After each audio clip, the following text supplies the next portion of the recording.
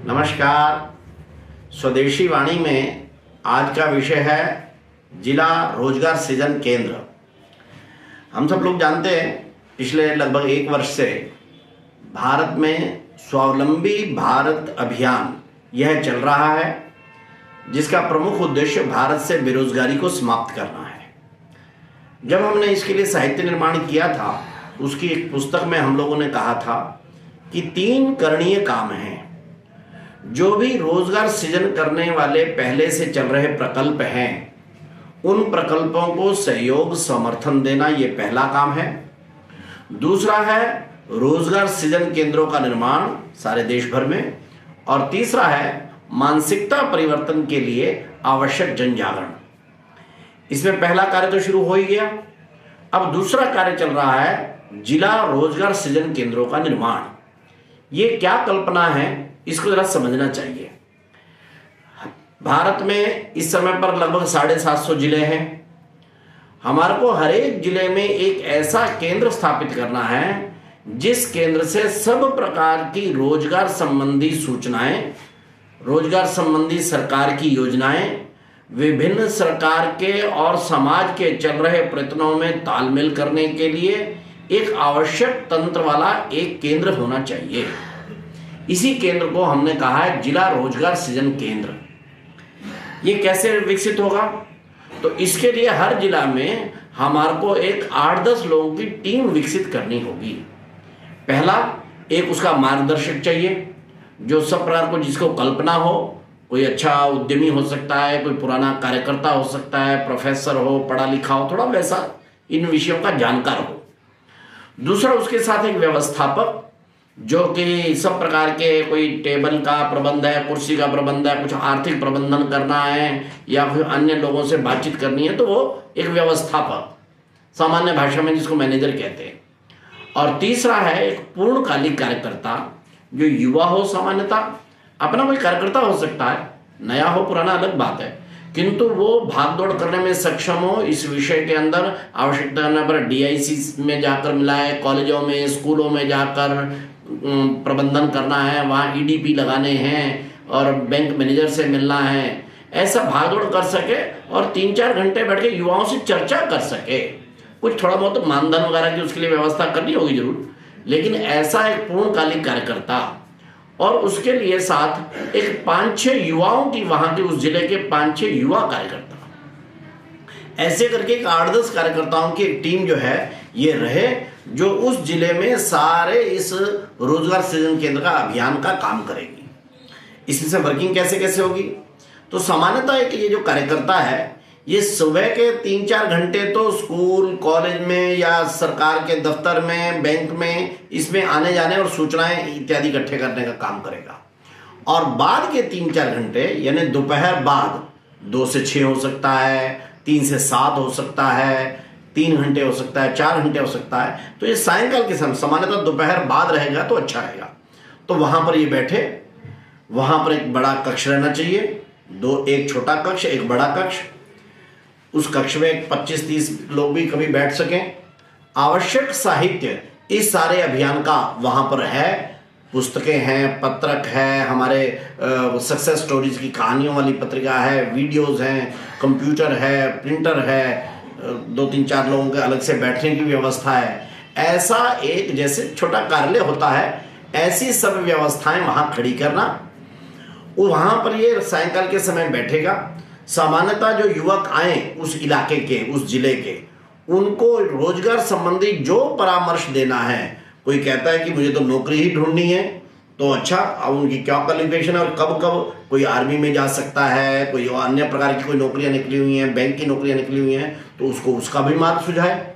लेकिन सबसे प्रमुख बात है, हम तो स्वरोजगार और उद्यमिता पर बल देते हैं, तो उसको उद्यमिता और स्वरोजगार के क्या क्या तरीके हो सकते हैं, क्या करने से उसको फायदा हो सकता है, सरकार की कौन कौन सी योजनाएं हैं जिनमें सब्सिडी मिलती है, सरकार की योजनाएं कौन कौन सी हैं जहां से लोन मिल सकता है, कितने उस पर उसको किस प्रकार का लोन मिल सकता है, किस योजना में से उसको लाभ होगा, ऐसी सरकार की सब प्रकार की योजनाओं की जानकारी भी वहां उपलब्ध कराई जाए।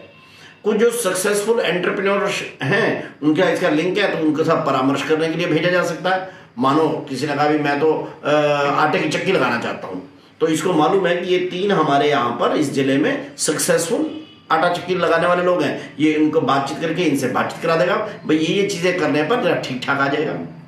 आवश्यकता पड़ने पर वो प्रोजेक्ट रिपोर्ट बनाता है, तो माई SBA में हमारे यहाँ पर चीज़ें उपलब्ध होती हैं या अन्य हमारे प्रांत केंद्र पर उपलब्ध रहती हैं, तो वहाँ से उसकी प्रोजेक्ट रिपोर्ट कौन बना सकता है या कैसे वो कर सकता है, इसकी उसको सहायता करवा दे।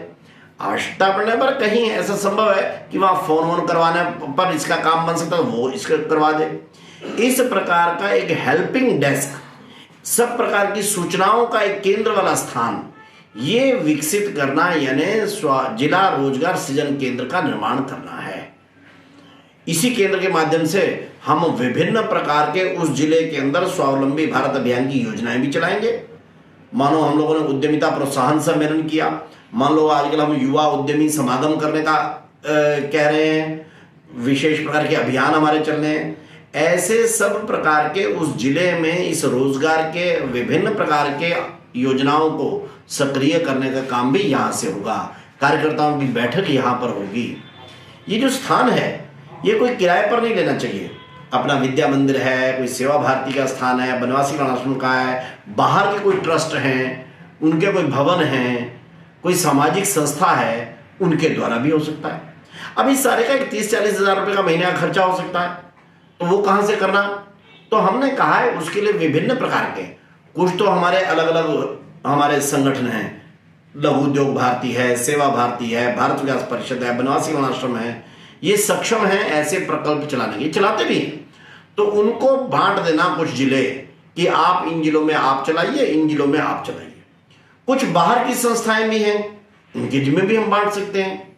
कोई शिक्षण मंडल है, कोई एजुकेशन ट्रस्ट है, वो अपना स्थान भी दे देते हैं। हमारे को इसमें दिक्कत नहीं है कि संचालन उसी संस्था की तरफ से किया जाए, हमारी तरफ से किया जाए ऐसा आवश्यक नहीं है ना।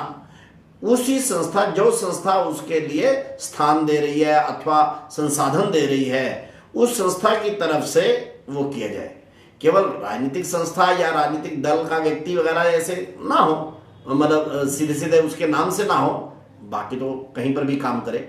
लेकिन कुल मिलाकर ऐसे जिनके सहयोग से अपना ये प्रकल्प चले, उनका संचालन लिखने में हर्ज नहीं। सामाजिक हो, धार्मिक हो, शैक्षिक हो संगठन, उनका सहयोग लेकर हमारे को इस प्रकार के केंद्र चलाना।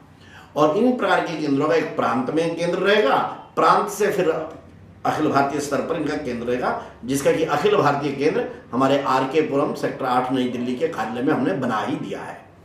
विभिन्न प्रकार के अनुदान, दान, CSR से, क्या नाम है, कंपनी सोशल रिस्पॉन्सिबिलिटी में से, और हम क्या नाम है पैसा इकट्ठा कर सकते हैं। सामान्यतः एक केंद्र को चलाने के लिए वर्ष भर का 3.5-4 लाख रुपए तक का खर्चा आता है, तो उसके जुटाने की कोई व्यवस्था भी हम लोग वहाँ सोचें 1.5-2 वर्ष करनी पड़ेगी, फिर तो ये अपने बल पर ही चलने लग जाएगा। ऐसी एक बड़ी प्रयत्न योजना इस समय पर हो रही है। हमने कहा है कि 12 दिसंबर को बाबू गेनू बलिदान दिवस है। इस बाबू गेनू बलिदान दिवस को निमित्त बनाकर हम स्वदेशी उद्यमिता दिवस मनाएं, और उस दिन जितने अधिक केंद्र खोल सकते हैं उससे पूर्व खोल सकते हैं, अन्यथा दिसंबर अंत तक, और बहुत हुआ 12 जनवरी जब हम युवा दिवस मनाएंगे, उससे पहले पहले तक ये सभी रोजगार सृजन केंद्र खुल जाए, और इन सभी रोजगार सृजन केंद्रों का जो है आगे हम प्रशिक्षण करेंगे। उनमें जो व्यवस्थापक हैं, उनके जो मार्गदर्शक हैं, उनके जो पूर्णकालिक हैं, उनका प्रशिक्षण भी प्रांत अनुसार कर सकते हैं जनवरी मास के अंदर। लेकिन दिसंबर मास में हम लोग प्रयत्न करके हर जिले पर कम से कम एक जिला रोजगार सृजन केंद्र ये खोलने की व्यवस्था करें, इतना इस समय की योजना में है। हम सब स्वदेशी के कार्यकर्ता, मजदूर संघ, किसान संघ, स्वावलंबी अभियान में जो भी लगे हुए संगठन हैं, इन सब के कार्यकर्ता हम मिलकर इस प्रकार के विशेष प्रयत्न और ये हम करेंगे, ऐसा मुझे विश्वास है। इतनी बात कहकर मैं जिला रोजगार सृजन केंद्र के बारे में आज स्वदेशी वाणी में इतना ही कहता हूँ। जय स्वदेशी, जय भारत।